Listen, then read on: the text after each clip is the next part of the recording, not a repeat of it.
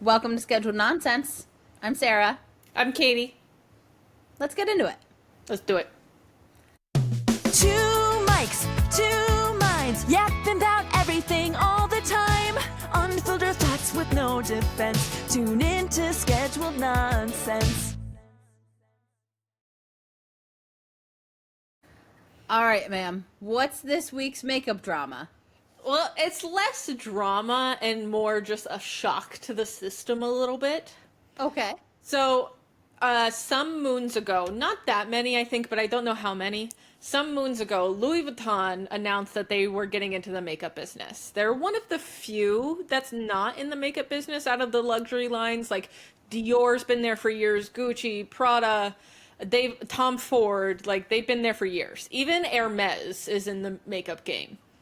So Louis Vuitton has, I primarily know them from handbags, Correct. but they also, I'm assuming, have, luxury fashion line. Yes. I don't know how much further they branch than that. It's really just the luxury fashion. They do like ready to wear. They do runway stuff. The bags. They like Louis Vuitton started as a luggage company. Like they made trunks. So like if like there's estimated to be hundreds of thousands of dollars worth of Louis Vuitton trunks in on the Titanic at the bottom of the ocean. Because all the first class, that was what the first class passengers used, was Louis Vuitton luggage. That's a fun fact. Yeah, I'm here for fun facts. So they started as a luggage company and then kind of grew from that in the last 100 years or so. They were started in like 1840 something, I think. So they've been around for a minute. They've been around Okay, for a Louis. minute. Yeah. They're definitely a high luxury brand. I don't get as behind their handbags as I used to, just because I'm not a big fan of the logo everywhere. The whole bag covered in logo thing is just not for me, I think. I'm on the quiet luxury train for sure. Once upon a time, was a Louis Vuitton never full once your peak We goal? are we are millennials, so absolutely it was. So when I planned like my promotions in my career, Of there course. was a like something I was gonna buy for every promotion. My current level, when I got promoted to this level, I bought a bag. I bought a Strathberry bag.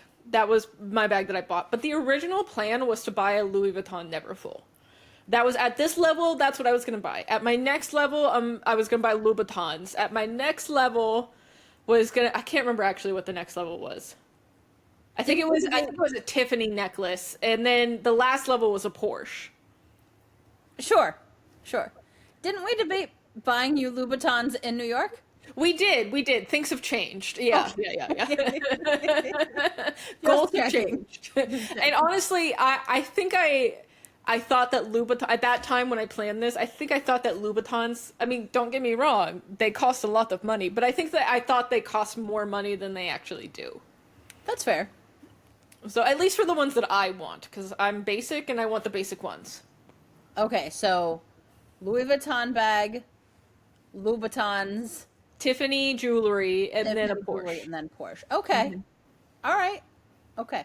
That was the plan. So like the Louis Vuitton Neverfull was definitely there. I mean, we grew up in the generation of like Louis Vuitton Neverfulls. That was the thing. Like all of the like rich people had it. Like that was the thing. You're a mere child compared to me, but sure, I do recall these You're days. not that much older than me. For me, it was in the corner of the world that I lived in. I felt so out of place when I moved from my lower income town when my mom got married and I got a stepdad when we moved over to the like nicer town, two towns over, nicer school district. And it was in middle school when I went to sixth grade in Evergreen. I was just there in my J.C. Penney brand new Yeah. outfit, the one I got to pick out for that year.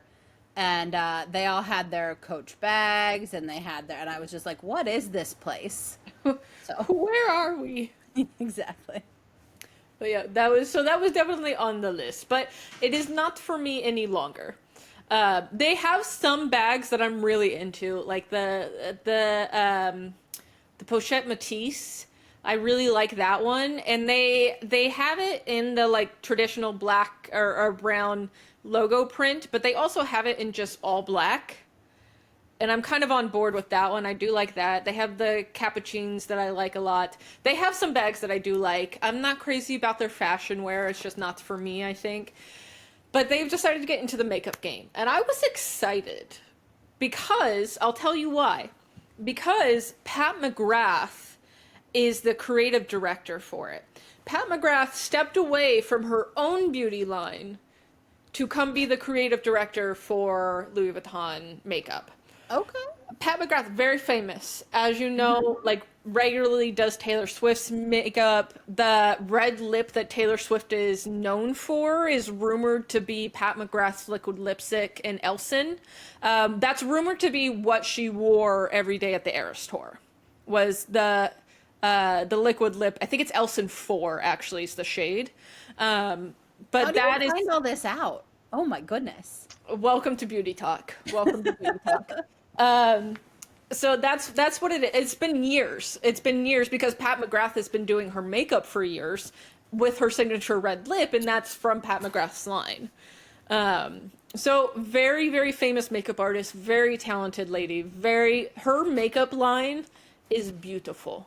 Beautiful makeup line. Beautiful products, very well developed. There's very few misses in her line, if any.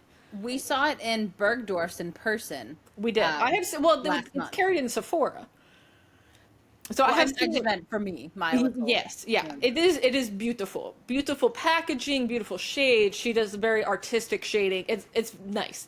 So her being the creative director for Louis Vuitton makeup was like very exciting. Like it was a very exciting thing. Okay, So- promising. They had made the announcement that it was coming with like some shots of some potential things, and it was like, okay, we saw eyeshadows and we saw lipsticks. We didn't know what else was going to come in the line. Well, they officially announced everything that will be launching, and it launches pretty soon at the beginning of September, I believe. And so they are launching. So the Louis Vuitton logo in Roman numerals is 55. So they are launching with 55 lipsticks. Some of them are like of varying matte, satin, stuff like that. I think it's 10 lip balms and 8 eyeshadow palettes.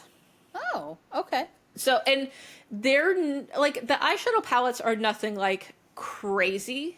They're not super artistic. It's not super bright colors or duochrome eyeshadows or anything crazy. It's not anything bananas. Is that a little bit more what Pat McGrath is known for? A bit brighter colors, brighter. Okay.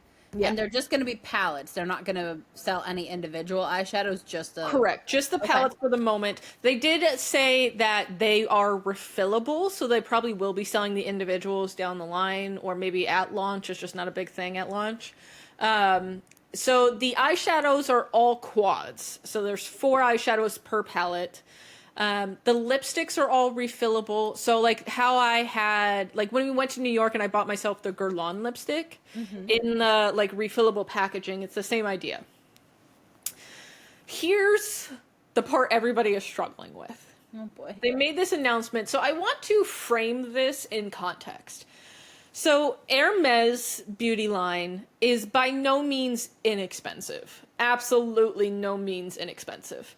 It is definitely, and Hermes is probably like, if we thought about the absolute top dogs of luxury fashion or handbags or anything like that, like Hermes is probably number 1. Probably top of the food chain in luxuries, Hermes. And that's price, quality, everything. Just Correct. Top of the food chain. You want it, Hermes has got it. Correct. Okay. They're like, just to give you comparison, their lipsticks are about $80, which is pricey. Yeah, definitely not cheap by any means. However, Louis Vuitton is launching their lipsticks at $160 per lipstick.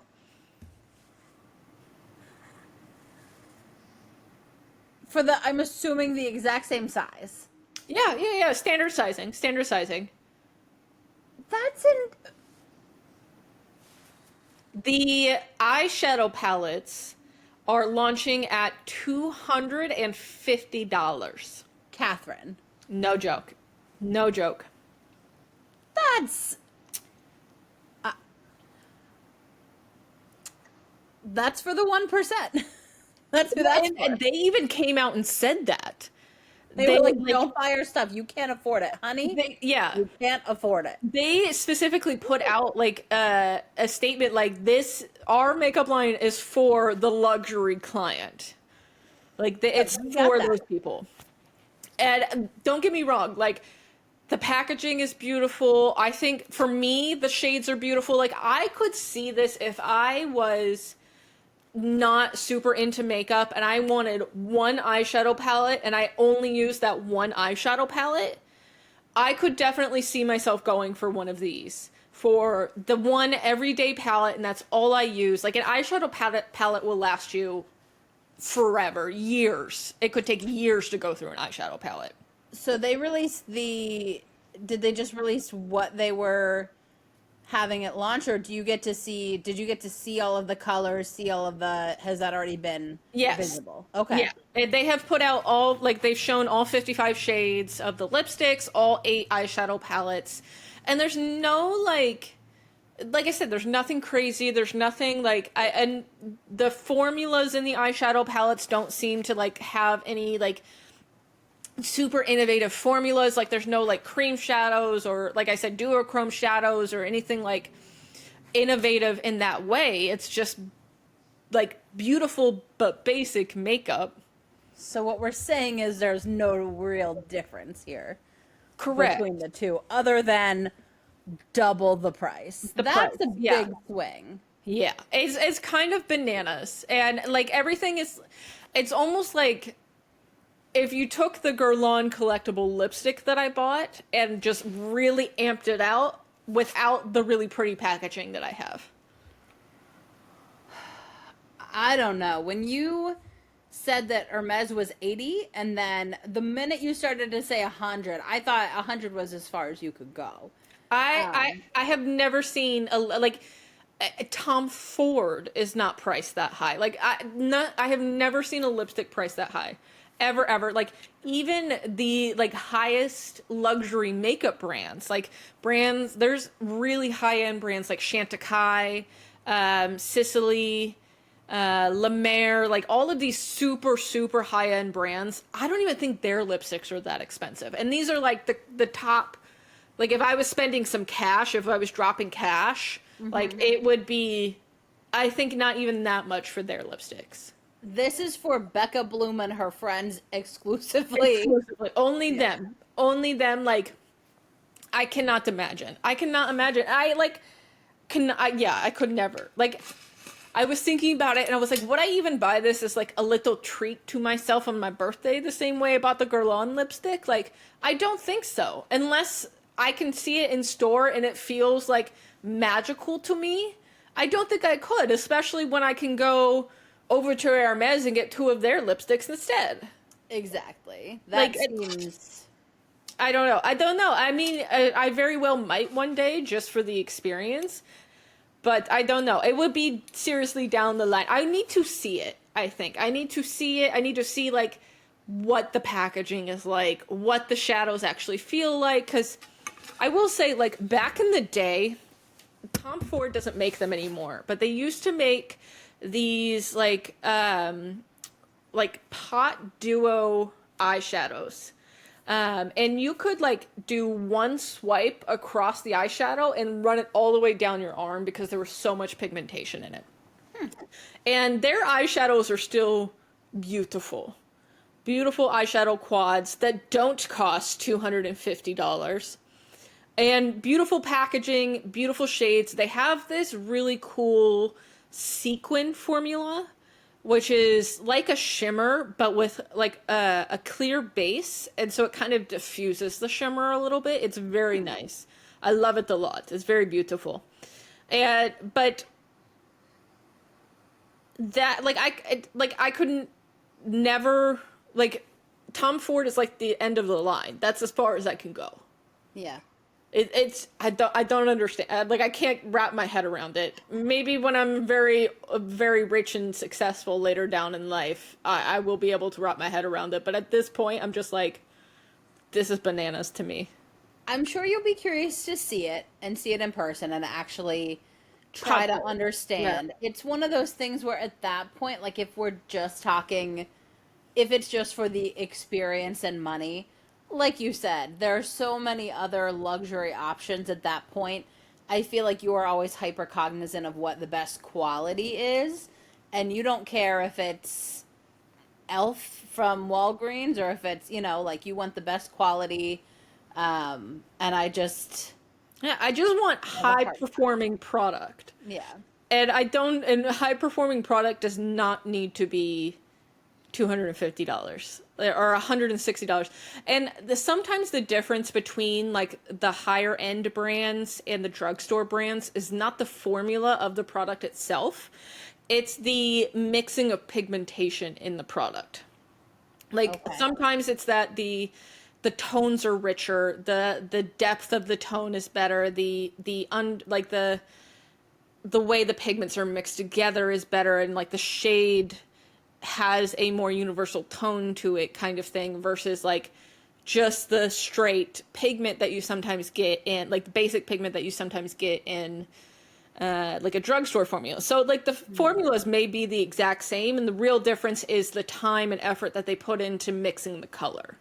I'm nervous to ask, are there going to be any skincare products in this so far? Any That foundation, that was the tint? two products. It was Oh, the just lipsticks, okay.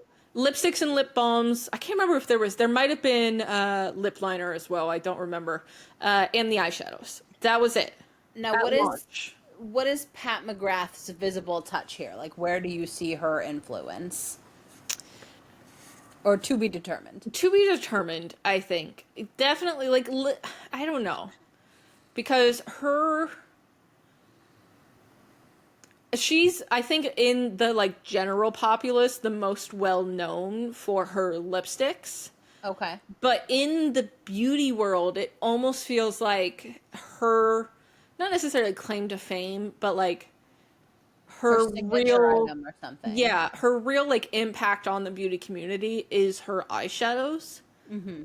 And the like absolutely innovate, like absolutely crazy formulas that she puts into her eyeshadows, the pigmentation, the duochromes, the creams, the powders, the pressed pigments, like it's a different ball game when you're buying her palettes are called motherships. When you're buying a mothership palette versus when you're buying like the, I don't know, the Jason Wu palette, which is very nice and I use a lot from Target. But the difference is palatable. It's wild. It's just interesting though because the two products that they're releasing are the two biggest ties it feels like she has, the lipstick to the public and then like you said the quality of the eyeshadow. And neither are, I wouldn't say standouts, but everything's getting overwhelmed by the price discourse. It's Yeah, just not, yeah, it's not accessible to most people. It takes away a layer. Whereas, like you said, you might buy yourself a palette on your birthday. Like, maybe. it's a real stretch, though, compared to not normal, but normal for the luxury beauty brand. Correct. Where will you be able to purchase these products? Are Hermes and things like that available in Sephora or high end, or do you have to go to their flagship stores too, or online? Well, Hermes is in. It was in Bergdorf's. I think it was also in Bloomingdale's. I can't remember for sure. Yeah, those feel like separate entities, Yeah. though. Like where you can't buy anything. You live in Maine. Correct. There is. You have to go to I have Boston. no access. How we have a Sephora, I don't know. But Where could I go to purchase these living so 40 minutes from DC? I don't know that. I don't know if Louis Vuitton's going to be in any of the department stores or anything like that. As far as I know, their makeup is just going to be in the Louis Vuitton stores for the Okay. moment. It very well may get picked up by Bloomingdale's or Bergdorf's or something like that. You could Sephora does not carry the Hermes makeup line, but if you wanted like other luxury brands, Dior, Gucci, Prada, Tom Ford, Sephora does carry all of those brands. Also, Nordstrom carries all of those brands. And so does Bloomingdale's and Bergdorf. So it's all of those brands are easily accessible. The Hermes is kind of pickier. You can probably go to an Hermes store. But Sure. definitely Bergdorf's. I think I can't remember for sure if Bloomingdale's had it or not. Or, no, it was Saks. Saks had it in New York. So Saks and Bergdorf's, I think. Who is widely regarded in this space as just the best quality all around? I know that everyone has their individual standouts, but what beauty brand, more towards the luxury, I guess, but maybe everyday use and then leaning luxury if money wasn't as much of an object? Who just, like, if I could pick one brand, who would she be? So for luxury brands, it's kind of a toss-up. I don't think any of them stand out against each other as a whole. Like, if I had to pick, absolutely had to pick, I probably, if I could only use one luxury line for the rest of my life, it probably would be Tom Ford. Okay. So they have amazing lipsticks. They have, like, I don't know what it is about their lip gloss, but you go on and you put it on, you're like, oh, this is like any other lip gloss that I've ever used in my life. But then you look in the mirror with it on your lips, and it's something about, I don't know what they put in that shit, but it does look different. I mean, in comparison to like Dior and Gucci and Prada, like their lip balms or lip glosses are fine, but the Tom Ford literally in the mirror looks different than the other ones do. I couldn't explain it. The eyeshadows, like I talked about, are great. Their Shade and Illuminate palette, which is like a highlighter and cream bronzer palette. I have that one. I do love that. It is very beautiful. And their foundations are some of the like most sought after foundations on the market. Like many people wear the Tom Ford foundation, specifically the soft matte one, as like wedding foundations. Do any of the luxury brands have the versatility problem that we discussed with our first drama, for example? Do they struggle with? They definitely do. I think they're getting better, and some of them are better than others. But they definitely have a struggle with that. I figured as much. Yeah. For like everyday use, it's kind of hard. I'm trying to think like what's in my makeup bag right now. But I think it's kind of more up in the air and more like dependent on what a person wants. Sure. There are certain brands that I think are just like in general more popular than others. Like if only for the celebrity factor sometimes, regardless of how good their products are, like Rare Beauty and Fenty are always like some of the most sought after. When I worked at Sephora, those were the ones we got asked about the most. I was gonna say, would that be if we were to take one step down into what I realistically could afford to buy every day?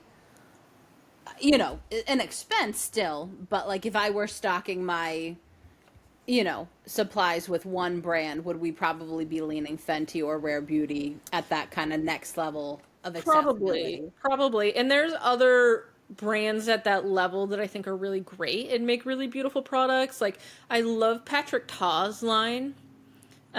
He makes really beautiful. His foundation is he has a liquid foundation that came out not too long ago, and that one, it's beautiful, but it's not for my skin type. She and I do not get along. You might really like her because you have drier skin than I do, but she and I do not get along. However, he has a cream foundation that comes in a compact with a powder. One of my favorite foundations of all time. Like beautiful. I love it so much. I love it so much. Okay. He has some really beautiful products. Great job, Patrick. Yeah, really great. Who else? And again, I know they all Yeah. have their strengths individually. You know, you've told me which eyeshadow to buy, which like, we could, and that's why you go to Sephora and wherever. Like there's things we're buying from each different Each area. brand, yeah. But if I had to pick one, those would probably be. And it's interesting that they're both celebrity driven. You've talked a bit about how Fenty changed the game Yeah. for accessibility for specifically their skin Skin, tint yeah. Yeah. foundations. Even for them, I hear a lot about like their bronzer, their like just the whereas I Yeah. feel like The Rare is a range is bit more. unmatched. I feel like Rare is a bit more makeup based. I hear more about the blush and the eye, like in the mascara and certain things there. Well, I have Fenty eyeliner. Yeah, it's kind of a toss up, but Yeah. makes They each sense. have their Interesting, thing. they're both celebrity though. Yeah. I will say at the most accessible at the drugstore level, like with Elf absolutely being out of the game now, like we don't know her anymore. Who exactly? Who? I think it comes down, there's really two brands for me at the drugstore level. There's the very, very inexpensive side of drugstore and then the middle ground side of drugstore. And the very inexpensive side for me is Wet and Wild. Like Wet and Wild is kind of like Really? the like hidden gem of the drugstore life. Like Okay. they have a foundation, I can't remember what it's called. I can picture it. It has the weirdest applicator of all time. It's like a little plastic paddle, very strange. Smells like paint thinner, but one of my favorite foundations of all time. Very great foundation. Their little eyeshadow like quads and stuff like that, beautiful. Like they have many beautiful products. The translucent set it powder, beautiful. Many, many beautiful products. But the middle ground drugstore, it's got to be L'Oreal. I don't know anybody Oh, else. wow. It's only L'Oreal. Like I just like I can't. There's a lot of great things from Revlon, Maybelline. Yeah, sure, whatever. I can't get over L'Oreal. Like I have so many of their lipsticks in varying kinds. One of my very favorite foundations is the Infallible foundation. Their powders, the whole Infallible line, the bronze. Well, Is the blush, infallible. correct. The blush is a little too pigmented. That's a problem. But the powders, the bronzers, the concealer, the foundation, the powder, like all of them, the whole line, top tier. And Lash Paradise, like I almost can't use, and I almost haven't used any other mascaras for the last like 10, 12 years other than Lash Paradise. I have only like really used Lash Paradise for the last like 12 years. I just recently in the last year started using something other than Lash Paradise, and that's only because it was given to me for free and I wanted to try. Otherwise, I like why would I spend more money than I have to on the best mascara that's in the game? Okay. Okay. I need a waterproof mascara. Oh, well don't When you buy the picked Lash Paradise one. No. When you picked out my last one for my wedding, it was determined that I was not a crier. And I wasn't at my wedding, but this has changed. Between that and just at hot as Satan's ball sack out here, I need A waterproof. So I will say Lash Paradise, the waterproof mascara is Not her. trash. Okay. Trash. The regular mascara from Lash Paradise, like even Okay. I have it both in black and brown, and I love it. It's like the most beautiful chocolate brown shade. I they wear have brown different mascara colors? a lot. Yes. They have a like I think it's pomegranate or maroon is what it's called. They have several different colors. But the brown is my favorite. The brown I wear a lot. I love the brown. I love brown mascara in general, but I love the brown, the black. They have varying shades of black. Like it's like black brown, black, blackest black, night black. Like there's like 4 different shades of black. I buy blackest black. Like that's just the one I buy. Couldn't Okay. tell you why. Yeah. Don't know why they have varying shades. I could see how they could soften, like if you use the black brown shade, it could soften the look. It's not as hard of a contrast. But I feel like in reality, they all really look the same. Okay. But L'Oreal is like king of the drugstore world in my view. That seems right. Yeah. They've been, I mean, they've been around for a very long time. Yeah. So, Not as long as Louis Vuitton, apparently, but Louis, I mean, at the same time, like LVMH owns like half of the makeup world. Like Sephora is owned by LVMH, which is Louis Vuitton's. It's Louis Vuitton Moet Hennessy is the parent company. is that the champagne and alcohol? Correct. combo? Yeah. Yeah, They're they all own the rich. They just like, yeah, the people who own stuff own a lot, don't they? yeah. Yeah. Like if you dive into all of the brands that LVMH owns, you will never climb back out. Yeah, I don't want to. I am going to regrettably have to do a Wikipedia deep dive after this on a few things. I knew most of the words you said most of the time, but for the rest of them, I will have to do some research. Fair enough. Fair enough. We just simply didn't have time to drill into each thing. Each here. one. Yeah. Yeah. Yeah. That's fair. That's fair. Oh. But yeah, that's been the thing that has happened this week in makeup. Like there was a drama thing that happened, but it got drowned out so quick by Louis Vuitton announcing the makeup. Like it like I don't even remember what it was at this point. Okay. Because it just got so overshadowed by the price announcement of this makeup, which again, a lot of people were really saddened by because they were so excited to buy these products and so excited for the release of these products because of the Pat McGrath factor. When this podcast ends, we're gonna pull my husband on. And I'm gonna have you tell him the price of something. The price of these lipsticks and eyeshadows. Yeah. It's a good time. It's a good time. Oh boy. Do you want to know what's not a good time? What? What I've been watching lately. Oh God. What have you been watching? I had watched the first season of this show and thought it was pretty cute.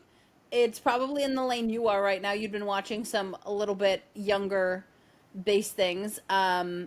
Second season was in the middle. I don't actually think I watched the last few episodes, but it's been everywhere. So I hopped on into the third and I'm assuming final season of The Summer I Turned Pretty. I do believe this is the final season. Yeah, I have never watched. I hope so. It's just I not hope the so. one. It's, you know, you don't want to live long enough to see yourself become the villain. But Belly has. Oh Well, no, the villain is Jeremiah, but, you know, I'm not invested very much in this. I didn't read the books. I did, like, you know, I shouldn't be that mad about it. It's been on in the background when I've been, like, working from home the last few days on my days off. But, boy, oh boy. If you want to be upset, give it a watch. If you are on the treadmill and you want to burn some calories and you just want to get, like, Fired up. throw it on. I mean, by all means. Yeah, it's a very, like, coming of age teen. And this season, they kind of sped along the college progression and they're just graduating college. Okay. Have you ventured at all into this? Doesn't seem so. No. Okay. The short version is that these two best friends. Imagine you and I had a you're very rich. You have a rental house on the beach, and I come visit every summer with my daughter. You have two sons, Okay. and Belly Isabel, the boys nicknamed her Belly when they were young, which I did see a TikTok which I couldn't get over. It's called The Summer I Turned Pretty. If two boys gave me the nickname Belly, the summer I murdered two boys. No, ma'am. Anyways, but the first season, you know, the girl has been in love with one of the brothers her whole life, obviously. Of course. Yeah. And you know, it turns into a love triangle with the two brothers once you approach like mid first to end of first season.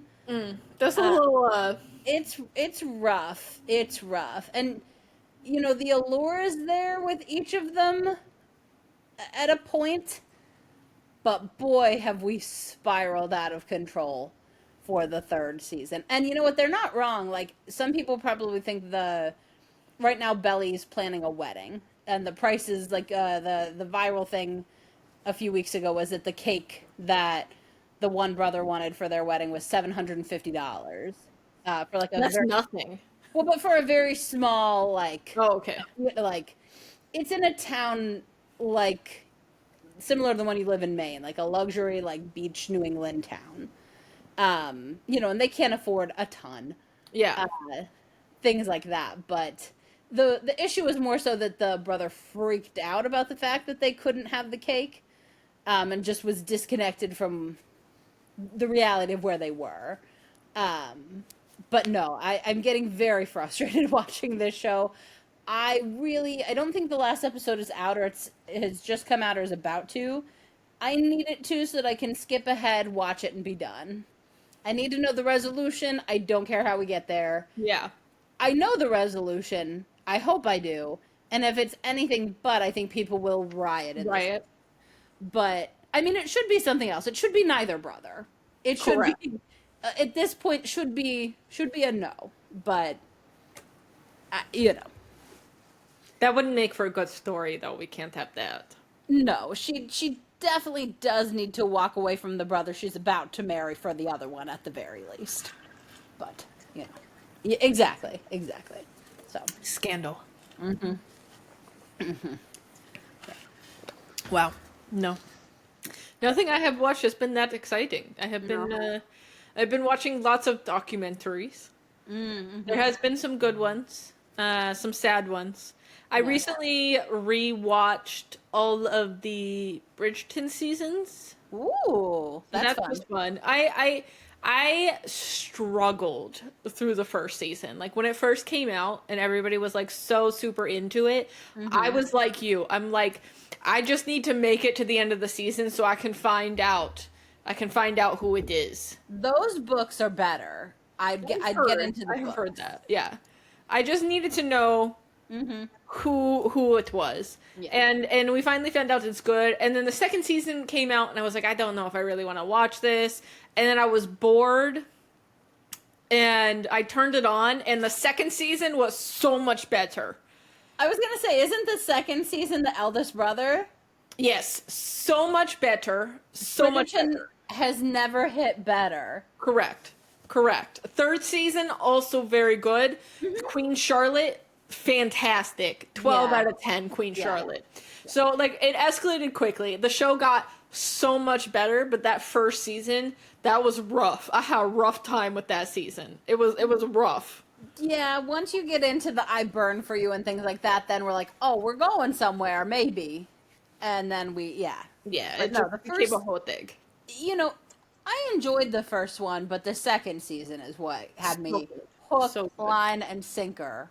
And the woman, the actress who played Kate, I think her name is like Ashley something or something. Her like first that. name is Ashley, yeah. She, I think, is like the most beautiful person. Like, honestly, like the most beautiful woman I have ever seen, both in real life and on TV. Like, just unbelievably stunning. Like, when she first came on screen, I was like, I think I drooled a little bit. Like, I was like, wait, I have to wait, no. We can't do this all season long. I can't handle this all season long. And even better, she is a bad bitch. She really is. Yeah. She is, yeah. So, Founded the club, in fact. 100%. 100%. So, yeah, I really enjoyed the second season so much more. And Jonathan Bailey is just a delight to watch in anything. He filmed his season of Bridgerton and Wicked Part 1. Well, they filmed Wicked back to back. They filmed it concurrently. Like, it was all filmed together. So he filmed Bridgerton season 2, Wicked, and Travelers. Oh, at the that's same right. time. Yeah. He filmed all three of those all at the same time, which is bananas. He is just a bona fide star. Like, I feel like Forced to be we're reckoned in there, but people, I think, are starting to recognize that he is an actual, there's so much nepotism and whatever and things like that in that market right now. And I he's wouldn't just an even care. undeniable. Yeah, I wouldn't He's even an care if he undeniable was a nepo baby. Even if he was, I don't know if he is or not. But even if he was, his talent is just astronomical. No, and you can, you can be a nepo baby and be very talented. I mean, have you met Ben Platt? Like, Or even like Gracie Abrams. oh, Her dad is J.J. Abrams. Like, yeah, she's not struggling. no. Yeah. But there's just it feels so overwhelmed with that sometimes, I guess is my point. But no, I mean Jonathan Bailey, hands down, love to see it. Yeah. So good. I would love to see him on Broadway someday. I would go to, I don't care what show it was, I would go to that show. We'll be there. Yeah. We'll have the tickets, don't worry. You tell us where to go, we go. Jonathan Bailey and Taylor, wherever you tell us to be, We'll be there. I'm getting more and more excited for the potential of a Vegas residency. I really hope. I really hope. I need one last. Please know there's a good chance you might, and I'm not currently, but like there's a good chance I could be like 6 months pregnant next to you at the Oh, totally. at the Sphere. We will, baby's first Taylor Swift concert, you know, like, Done. we're setting them up for what the rest of their life will look like. But like nothing will hold me back. And I think we said this on the phone before, but like you're like, Sarah, I'm gonna need to like see the video call of the top half of you like in labor to see why you are not next to me at the concert. Correct. That would be the only acceptable reason. Not even like the beginning of stages of labor where they don't even let you into the hospital yet. It would have to be at the point where they let you into the hospital that I would be like, okay, I'm good with this. I don't even know at that point, you know? I don't know. We'll play it by ear. We'll see how it goes. Could go either way here. But yeah, I would love a Vegas residency. I think that would be great. It's just such a good middle ground for her right now. It's such a good like let us come to you. Correct. You know? So, would love to see it. I've been watching more and more videos at the Sphere, and I think that would be a good next step that she could do something really cool with to not have to move her set and just the whole arena of it. I think the experience she's looking to provide, she's mastered touring. It's hard to imagine. I don't know, because she's put on some amazing tours in the past. I was not lucky enough to attend before the Eras tour, but watching the Reputation tour, incredible on Netflix was an otherworld experience. Mm-hmm. And now you move on to Eras, like she's taken it as high as it can go, and not that she'll never tour again, but I could see her being ready to explore another avenue or, have a different experience and kind of take that on. Yeah. It's just as fully immersive and things as she might be looking for. So, yeah, I think see what happens there. It would, like, it's almost, like, not to the Swifties would it be a disappointment, but to the rest of the world, I feel like any tour after this, at least in the immediacy of after, is going to be seen as a disappointment after the Eras tour. Like, regardless of what it is, regardless of how good it is, it's going to be seen as a disappointment or a letdown after the peak. Yeah. The absolute monstrosity that was the Eras tour. So the idea of like a residency somewhere like completely separates it. It makes it its own thing, so it can't be compared to the Eras tour. I feel like it would be, and Miss Swift, as we know, is a very smart woman. So it would be a very smart move, I think. Smarter than all of us. And it would probably cost less money, so she would make more money. Yeah, exactly. Or all of the investors in the show would make more money because it would cost less because you don't have to pay people to move it around. You don't have to take it apart, put it back together, handle the trucks, everything like that. I would almost across the world. I mean, in this, like, I feel like, I could see Las Vegas offering a tax incentive, or I don't know what the avenue would be, but let her have the space for free. I feel like between MGM and Caesars and, to get people there and spending top dollar, your hotels will be absolutely filled, 100% capacity the whole time. Correct. So, and the way that they're not right now. Yeah. In a city that's struggling at the moment, it would be like a godsend. Yeah. And I think there's just a lot of options. Las Vegas, one of my favorite things about it, I've been twice now, is that they do really cool decorations and things. Like, even inside some of the hotels, like some of the nicer ones, the Bellagio has beautiful displays in their courtyard and in their entrance and things. And a lot of them have some aspect of that.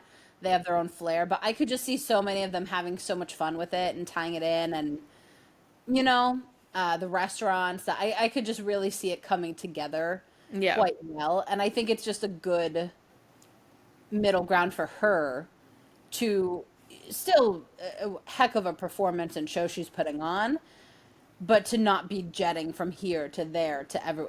Yes. Yeah. The one last thing, and I think tickets have already gone on sale because it doesn't quite matter who's in the Super Bowl. That's a well in advance type Yeah. situation. Like the stadium's been sold out already, I think. Yeah. Like, But one of my favorite things that's come across my desk has been, imagine if the sad little football boys can't get tickets to their game because the Eras Tour, because the Swifties bought them all. sold out. It's a stadium full of women. They know what they're doing. Imagine if you look around and there's nary a jersey, nary a sports fan. It's just friendship bracelets and glittery outfits the Yeah. whole time. Like, what a shot for the Super Bowl. Like, what a camera shot. You know what I mean? Like, we're only here for Taylor signs. If Travis was in the Super Bowl and Taylor was the performer, the Chiefs could release a bedazzled glitter jersey that every single Would Swiftie sell would out like. immediately. Would sell out immediately. Yep. There's some real capitalism in play here. Capitalism really popped off today. I hope they do. I Yeah. hope they do. That's the thing. I need to reserve. I'm sorry, Louis Vuitton, but I need to reserve my money for just the potential. Correct. For the lingering idea of a performance, a tour, wherever it is, I'll be there. So, Yep. yeah, We must put that in reserves. exactly. Taylor's cooking right now. Yeah. Yeah. But we I will need to be liquid. Yeah. We will soon find out what she has in store for us. Oh, can't wait. I am Although on board with the idea that the countdowns are a countdown because the hours have been shortening, and I wonder if the countdown of the countdowns is for whatever single she's going to release or whatever. I think that feels right. I am surprised that it would overlap with Sabrina's. Although maybe she'll lean into it and release the track with Sabrina. It could be on the album. I think the only way to avoid the competition is to release the duo. And like you said, if it's on both albums, that doesn't really detract from Sabrina. It just makes her pop off a little bit more and can still stand out as her own. Correct. I feel like there would be a lot of people who would, if the song was also on Sabrina's album, which does happen, not all the time, but quite often with featured songs, is they'll be on both albums. If it was also on that album, there'd be so many people who would now go stream by that album, if only for the snapshot of what Taylor Swift album is going to look like and sound like, and then start getting into the rest of Sabrina's music because of that. And Taylor's for the girls, so I could absolutely see her allowing it to be on the album, but I could also see that tying in nicely to her wool that she thinks she's pulled over our eyes. I don't see a scenario where there's at least not 13. I don't see it going beyond 13, but she's a sneaky little, and just between the coverings and the whatever and the back album art, but I could see her being like, well, since we decided to co-own this track with Sabrina, I gave you 12 Taylor dedicated tracks and got to my favorite number 13. I couldn't resist. Yeah. I can just see it all playing together very nicely. So, I don't know. She's had this planned out for years and years. Yeah, so. I am also on board with the theory that this was supposed to be TS11. And then Torture Poets Department just had to happen. Yeah. She just had a brain dump. Yeah. If only for the absolute ridiculous amount of Easter eggs that are in the Anti-Hero music video. The the color showgirl is palette. literally in there. Like, that's literally the showgirl. Like, Clowned us all. correct. The colors, like, even the shoes are the colors of the green. Like, the whole thing is, like, so yeah. She's got it to a point though for whatever she releases for.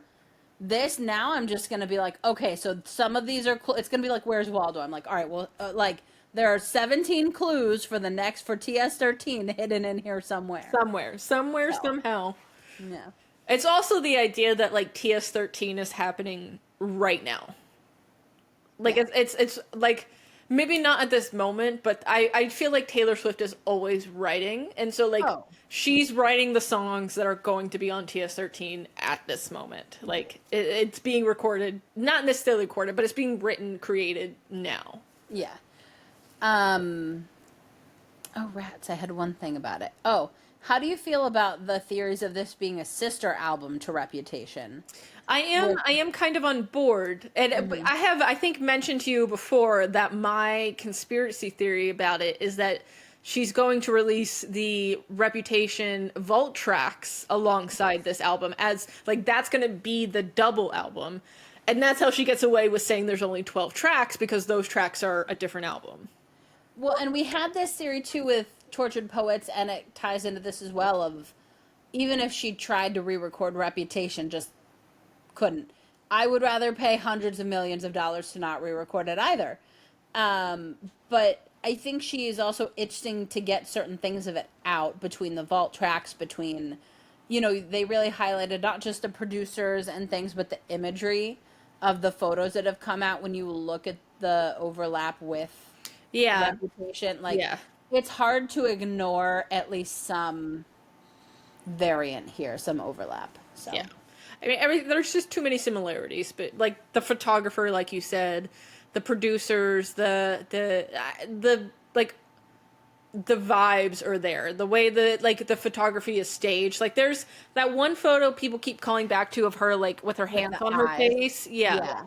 Like there's just too many, too many's. She's not like, if you had one similarity, maybe, but like she knows exactly which, it's not, nothing is by chance here. Correct. Correct. So, like Taylor doesn't walk into a room and the photographer say, okay, so here's what I'm thinking. No. No. Taylor shows you what it's going to look like. Yeah. Yeah. Correct. Like, let me tell you how this is going to go. Yeah. If I could be in the photos and take the photos and light the photos and do everything myself as one person, I would. Correct. And I could. Yeah. Oh. Yeah. No. She's cooking. We'll see before too long. Mm-hmm. We're counting down the days. We love it. Yeah. When we're also coming up on the turn of the season, not officially, but Starbucks turn of the season, right? Pumpkin is coming. Yeah. Is it this next week? It's the 26th, whatever day of the week that is. I think that's Monday. What day is it? 23, it's 24. The 22nd, so it feels like a Wednesday, maybe. Yeah, something like that. They do that stuff. I've worked at Starbucks twice now, and oh my goodness, on like holiday cup day, on like red cup day, bananas. And this is reminiscent of that. Yeah. So. But and that's Taylor's peak season as well, as we all know. Correct. So very excited. All the stars are aligning. Plus, the girls are going to be in Mexico shortly after. Oh, it's going to be great. Did you have anything else on the docket for today, my friend? I don't know. Do you want to... We're running close to comfortable time. Yeah. I feel like we need, like, one more section. Yeah. You want to talk about your thrifting or couponing? I could talk about my couponing. My couponing this week was... I found my stride in my couponing. You weren't there yet? I wasn't. So the first week that I did it, that was just for funsies. It was a trial run. Mistakes were made, lessons were learned. Thank God for some of the TikTok creators that I follow, but I have learned some things. Okay. So number one thing that I've learned, like, you can get great deals at Target, and the coupons are like, I didn't do it, but they did have a really good deal where you could get like, I think it was something like, it was $15 in a gift card back if you spent $50 on like household products. And somebody I watched, I can't remember exactly how much it was, but she got the cost of all the products that she bought down to like $22 or something like that. And that was not including the $15 she's getting back on the gift card, which that's one of the things that annoys me about coupon creators, is that they'll be like, your net cost after the reward is this dollars, but it's like, that's not what we're actually paying. So therefore that shouldn't count. Like, For like $15? See, I don't mind that. it bothers me. It bothers me because they'll have like, okay, so the full price of these two items together is $18.99, but with your $10 in coupons, it's going to be $8.99 at the register, and then you're going to get a $3 reward, so it's really only $5.99, making these $2.75 a piece or whatever. Like, that shit annoys me. It's like, no, actually, they were $8.99, and that's what came out of my bank account, so that's how much they were. Yeah, I could also see a world where, like, if we sat down and looked at everything you had, the full cost of all the products you purchased over the course of the last month, for example, what you paid and anything you have hanging in the ballot, like, you know, because you're going to be able to turn that around on the next time you go to Target, which I understand. Yes. Yeah. Crazy savings. And there is some of that. So I've learned some things. Target is kind of like, to me. Yeah, for me, it seems more Walgreens, CVS, like it seems almost more drugstore and dollar store based on a lot of these. Correct. I will say I'm not on board with Walgreens. I'm not super enthralled with how they're like Walgreens bucks come back and stuff like it's kind of strange. I'm just not really on board with it. So like I think Walgreens is out for me. Dollar General has some good deals, but it was like nothing to write home about in the one shop that I did there trying it out. CVS is really where it's at, in my opinion. That's really the ball game here. And it has to do with several things. I feel like a lot of the deals are better in some ways, though I did get like a really great deal on makeup at Walgreens this week. But it feels fewer and more far between at Walgreens. Then it's so much easier to get the reward dollars back and to apply them to the next person. At Walgreens, they don't have self-checkout. So you either have to like go up and do a transaction and then take everything out to your cart and then come back and do a transaction, or you have to take everything up there and do all these transactions in a row. As opposed to like at CVS, I can go grab everything that I need, organize it in my basket, and go to one of the self-checkouts and do my transaction, get my rewards, do my transaction, get my reward, and then take everything out to the cart once, and I'm not like holding up the one line that's open like I would be at Walgreens. Yeah. So that's a problem. I also, like I said, I don't feel like the deals are quite as good at Walgreens and it's kind of hard because the coupons are really the same. Like the coupons are kind of the same at all the stores. Okay. There's maybe some like differences in the store coupons. Like most of the coupons are manufacturer coupons, and so there'll be differences in the coupons that CVS specifically puts out or that Walgreens puts out. But I feel like the deals are better because there are, in my opinion, much more cash, like reward cash back at CVS than there is at Walgreens. Or at the very least, it's easier to get, in my opinion. And what's the turnover here? Are we talking like once a week they switch out the coupons and the savings where you could... kind of... like, new coupons do get added every week, but it's really every 2 weeks that things revamp. Because their flyers, at least at CVS, are 2-week flyers. And right now you've really leaned into it's a lot of like household and beauty products right now. Correct. Right? Like I will never have to buy toothpaste again, I think. No. After doing this for like 3 weeks, I will never have to buy toothpaste again. And so that was my challenge in this last week, like that I really wanted to do a no toothpaste buy, which I did accomplish at CVS. Just, it's an interesting life rule to have for the week. No toothpaste. Yeah, no, I bought so many Can't buy any tubes. Like toothpaste. I can't even tell you how many tubes of toothpaste that I have. Like it really is like obnoxious. But in my first week, and like I said, mistakes were made. Mistakes were made. You were learning. I was. We're still learning here, you know? In my first week, the full price of everything that I bought was $471.31. Okay. The actual dollars that came out of my checking account Yeah. was $204.92. Okay. So that it's a 56.53% savings. I did on the $204 I spent, I earned $46 in rewards back between all the stores. So pretty good. If we Very subtract the reward dollars out, like my net cost according to the coupon creators is $158.19. I mean, that's not nothing. No. What does that take us to? 70?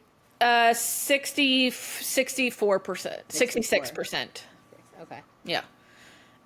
So my second week, the first week I was following like specifically what the TikTok creators had put out. Doing Like exactly what yeah, they buying exactly what they bought, that kind of thing. The second week I planned it myself.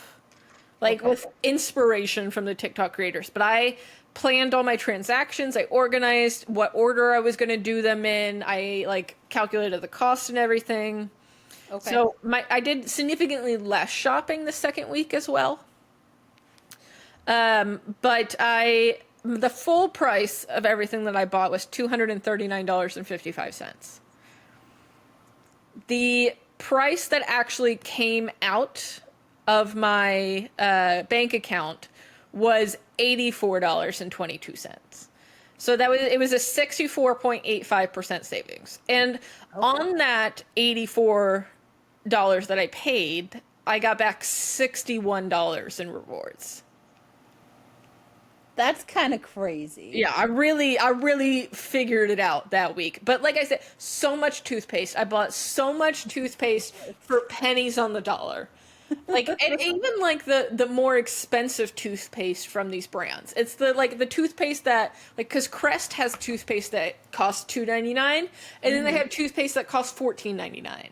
Yeah. And it's a lot of the $14.99s that I bought for like pennies on the dollar. The toothpaste seems to be the real loss leader here in the couponing world. That's how they get you in. Correct. So Everybody many- uses toothpaste. Well, most people use not at this level. Yeah. Yeah. You have a household full of people, and that will be growing at some point, and you got enough toothpaste for everyone. Forever and ever. Amen. My shopping this week, I did do a shop at Walgreens where I bought things that were not on coupon just because I wanted them, like Ghirardelli's chocolate bars. I really just wanted them. I mean, So, like, sometimes you need a little sweet treat. It was on sale. Like, it was 2 for $8 instead of $5 a piece. So, like, a win is a win. You don't need to justify buying yourself some chocolate Ghirardelli. I know. But I did get a really good deal on lipsticks or it was makeup in general at Walgreens, where I had gotten, like, there was a 7 off 2 L'Oreal makeup products. That was the manufacturer's coupon. Was $7 off 2 products. If you bought 2 products, you got $7 off. So you can't stack 2 manufacturer's coupons. Like, you can't use 2 manufacturer's coupons on the same products. Okay. But you can use 1 store coupon and 1 manufacturer's coupon on the same product. So A loophole. I had a $7 off 2 products.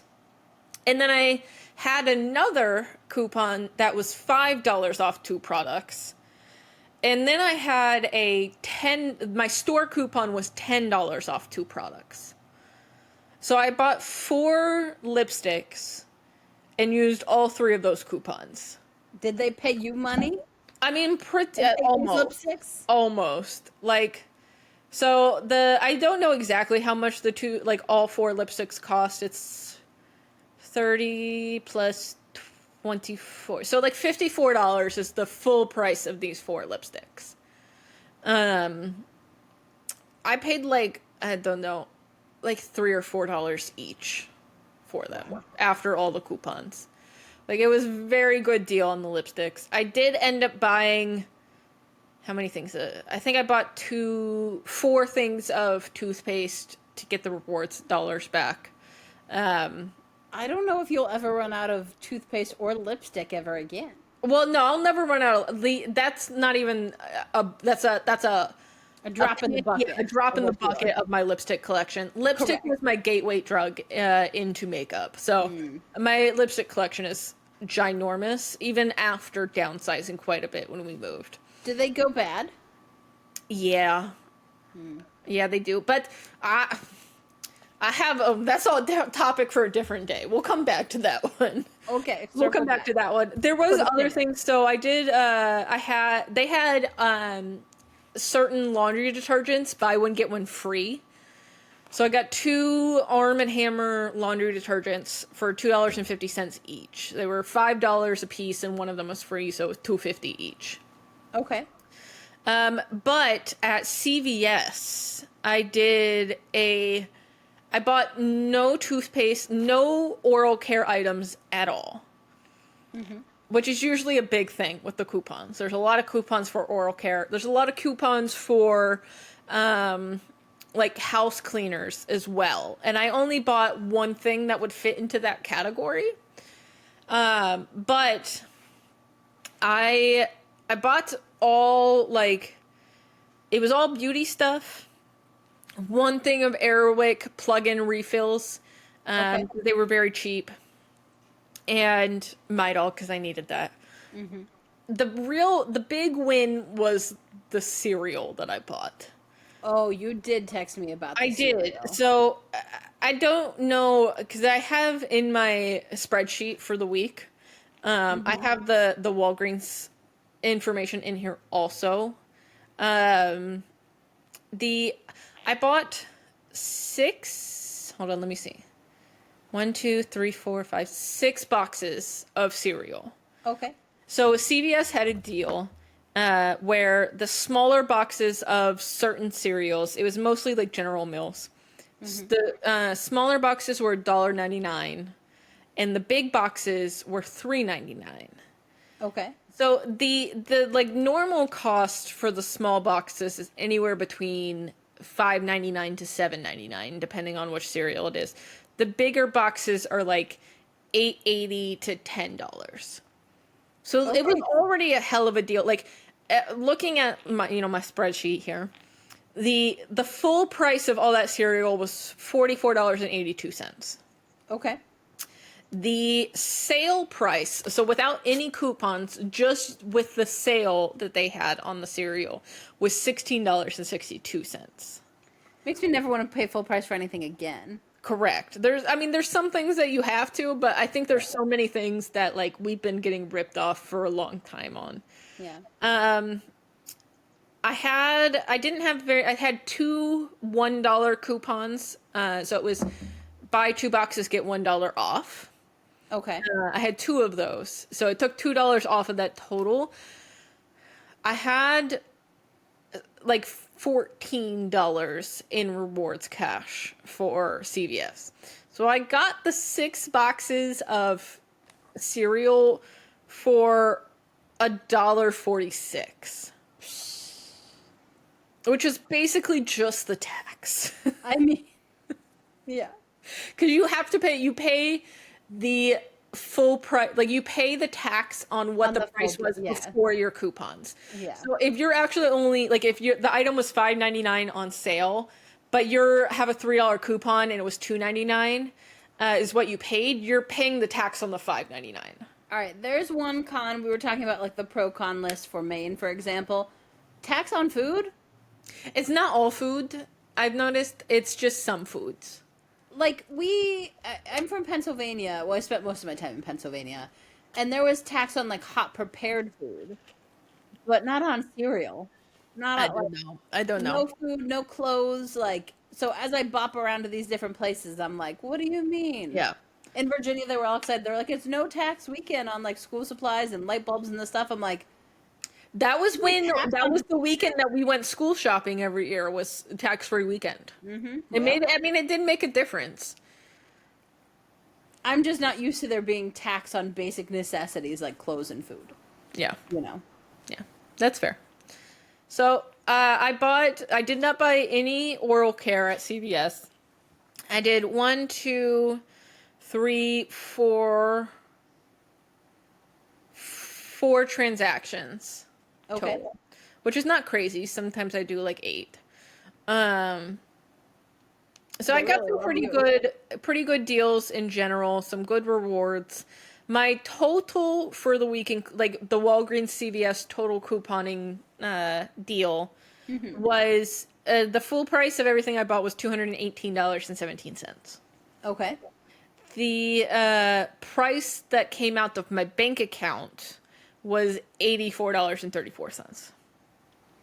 So is it? It seems like we're hanging around this like 62 to 67%, Savings, yeah. and yeah, Yeah.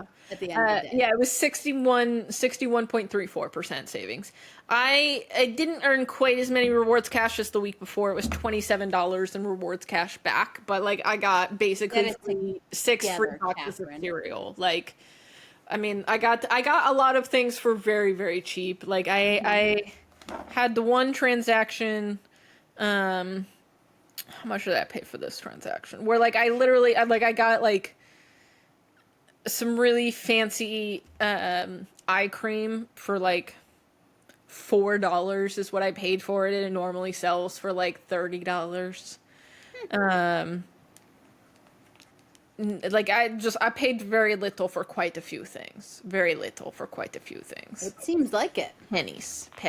What really drove up the cost on this one was the things that like didn't get me any rewards cash and had very small coupons. So like the Midol had a $2 coupon, but it still cost $11 after the Yeah. coupon.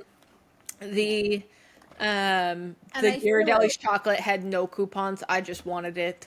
Not to add an additional transaction to this haul, but I do feel like if you're not specifically going in with the intent to coupon an item, that it could be on its own transaction at the end and not included, even though there may have been a basic coupon on it. You're not going in with the intent to maximize your Yes. saving or coupon Yes. on it. It was just Midol on sale that you needed, you know? I Right. think there's a difference. Yeah. So, But yeah, that's been my couponing adventure so far. I had to buy storage bins to put all of the. I have so many like I have shampoos that I got for dollars, like pennies on the dollar. So many body washes, so many bars of Dove soap that I paid basically nothing for. I have extra toothbrushes now. I have, like I said, an ungodly amount of toothpaste. I have several things of mouthwash. so what's next? Are we moving into the dipping our toe into the food world? It seems It's Or, kind like, of difficult. It is pantry difficult. staples? Maybe it is. That's much more difficult, I think. Okay. The cereal thing was kind of an anomaly. The coupons on food stuff is not good at the moment. Yeah. I think it's some places have it better. So like Hannaford's, which we have here, they have some pretty decent coupons on their app. I downloaded the Kroger app just to see what it's like because I used to shop at Fred Meyer's out west, which is a Kroger brand store. So it was the Kroger app. It's in all the Kroger coupons and stuff like that. And their coupons on their app were really good. We have no Krogers in Maine. They don't. There is not a single like Kroger owns many brands of grocery store, and none of them exist. No one in Maine. There is either none or one of things in Maine. Correct. Pretty much. Correct. Yeah. So no Kroger's here, so I cannot experience that. When we move to wherever we go to next, hopefully I will be able to get that. But If we move to, I mean, if you come down to Virginia, or I don't know, I'm hoping they'll be where I go next. I do my primary shopping at Costco, I supplement at Trader Joe's, Aldi, Whole Foods. I've fallen in love with a grocery store chain, and her name is Wegmans. I hear the most magical things about this Oh, place. It's like it's Disneyland. It's like Disneyland of grocery stores. lives up to it. Yeah. Lives up to the hype. And if we could position ourselves in a suburb with a Wegmans I don't know if they have Wegmans in Georgia, in Georgia. that could be a deal. But I'm kidding. You know, the really cheap housing prices, cheap in comparison for us, is, you know, forget that they don't have Wegmans. We'll pay extra hundreds of thousands of dollars for a house just to go to Wegmans. See, that's why you can't move to Pittsburgh, Pennsylvania. No Wegmans. No, That's no. why the houses are so cheap Yeah, they're so astronomically cheap. in the Rust Belt. Yeah. Yeah. But I don't know. I've heard amazing things about Wegmans. My mom had this friend growing up. Her name was Shauna, I believe. Her husband was in the army. I don't remember exactly what he did, but when he got out of the army, he started working for a defense contractor, as many people do when they leave the military.